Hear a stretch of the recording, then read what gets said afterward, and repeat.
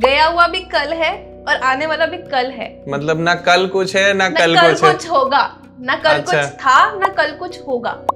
मैं ही सब हूँ, सब मैं ही हूँ और एक्चुअली सब डिवाइन ही है। हम लोग बेसिकली डिवाइन का ही पार्ट है। जो हो रहा है आज हो रहा है, अभी हो रहा है, इसी पल हो रहा है और ये सिर्फ एक सोल का एक्सपीरियंस होता है। क्या आपने कभी एंजल्स को देखा है या आपने भगवान को देखा है? सीधे सीधे गॉड से आपका रिलेशन हुआ है कभी? जी बिल्कुल। एक्चुअली इस जर्नी में आने का मतलब ही यही होता है कि अच्छा। हमें डिवाइन से ही कनेक्ट। सामने से देखा है उनको? जी आप कह सकते हैं कि देखा है, क्योंकि खुली आंखों से तो नहीं पर बंद आंखों से जब हम मेडिटेशन में जाते हैं, जब हम बिल्कुल ध्यान में जाते हैं। कैसे भगवान दिखते हैं तो मैं बोलूँ 2 हाथ है 10 हाथ है, ऐसा कुछ नहीं है। वो एक लाइट होती है।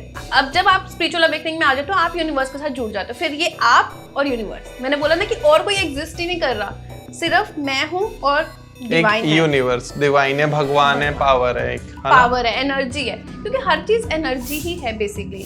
तो क्या है आपके लिए? शिव क्या है, कृष्ण क्या है, राधा क्या है? एक नाम है, एक मूर्ति है, एक पावर है, एक यूनिवर्स है। पावर आप कह सकते हैं क्योंकि ये सब एक ही है।